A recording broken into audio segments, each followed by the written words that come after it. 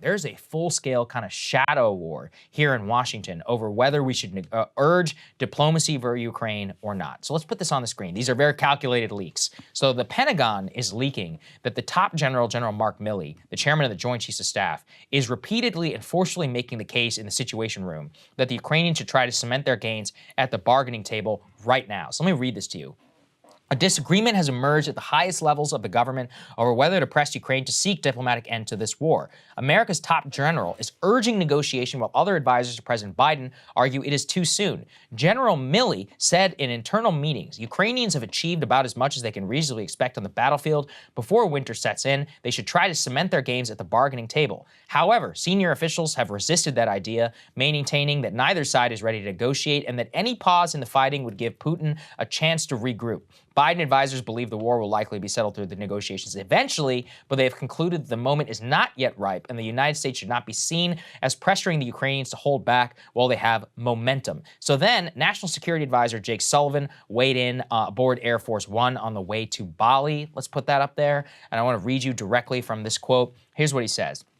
The United States approach remains the same today as it was 6 months ago. We're going to do everything we can, including our announcement, our military security assistance, to put Ukraine in the best possible position on the battlefield so that when they make their determination to proceed, they're in the best possible position at the negotiating table. There is this sense of Ukraine going to negotiate. Ultimately, at a 30,000-foot level, Ukraine is the party of peace, Russia is the party of war. Russia invaded Ukraine. If Russia chooses to stop fighting and left, it would be the end of the war. If Ukraine chooses to stop fighting and give up, it would be the end of Ukraine. So this notion in the Western press of when is Ukraine to negotiate misses the underlying fundamentals, which is that Russia continues, even as recently as the last 24 hours, to make outlandish claims about Russian annexed territory. So that's kind of the high-level view. But here's the bigger confounding variable, Krystal, which is that this morning we are learning that Jake Sullivan has apparently been pressuring the Ukrainians behind the scenes to say, hey, you need to stop talking about Crimea. And that is where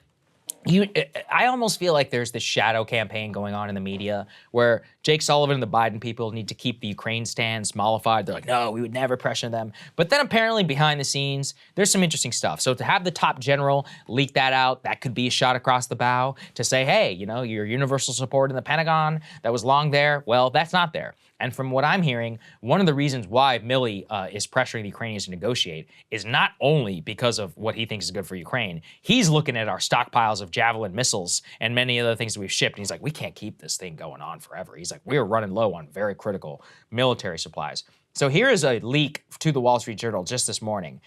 2 European diplomats briefed on the discussions says Mr. Sullivan has told Zelensky's team, start thinking about realistic demands and priorities for negotiations, including your reconsideration of your stated aim for Ukraine to regain Crimea, which was annexed in 2014. So that is a major leak coming out. The fact that Sullivan would be willing to say that. This morning also, there's an interesting meeting going on in Europe. We don't have the full details on this exactly, but the Russian media is reporting that if you want to go ahead and set this up. So originally it was just being reported in the Russian media, but now the White House has actually confirmed that CIA Director Bill Burns is in Ankara for the first direct U.S.-Russia contacts since Putin invaded Ukraine.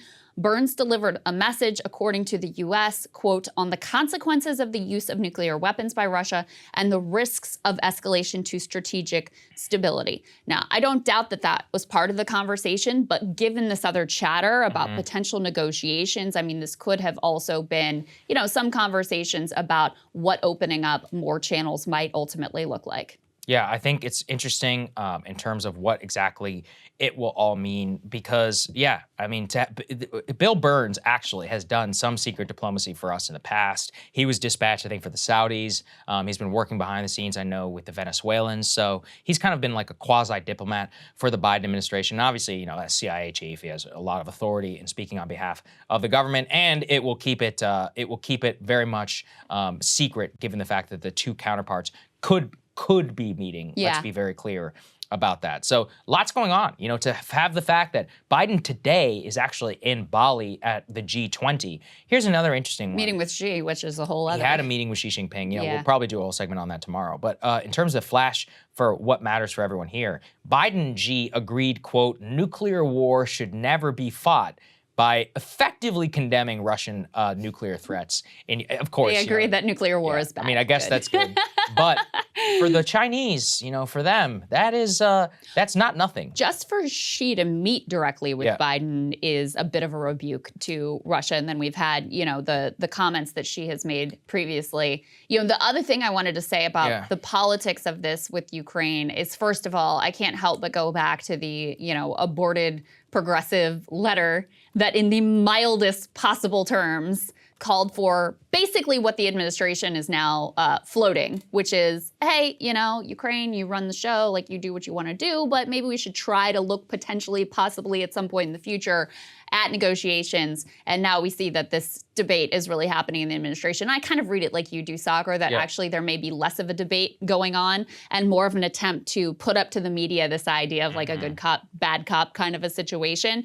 And then the other thing that there is to say is the fact that now the Republicans in the House are going to have such an incredibly narrow majority makes it much less likely that the House Republicans are in any way going to challenge whatever the direction that the Biden administration ultimately takes the Ukrainian policy in. Yeah, that is exactly right. Which is, for Ukraine, this is the best possible thing that could have ever happened to you, for the U.S. political system. So lots of interesting stuff going on. I did want to read one interesting quote, which was a leak to the Financial Times.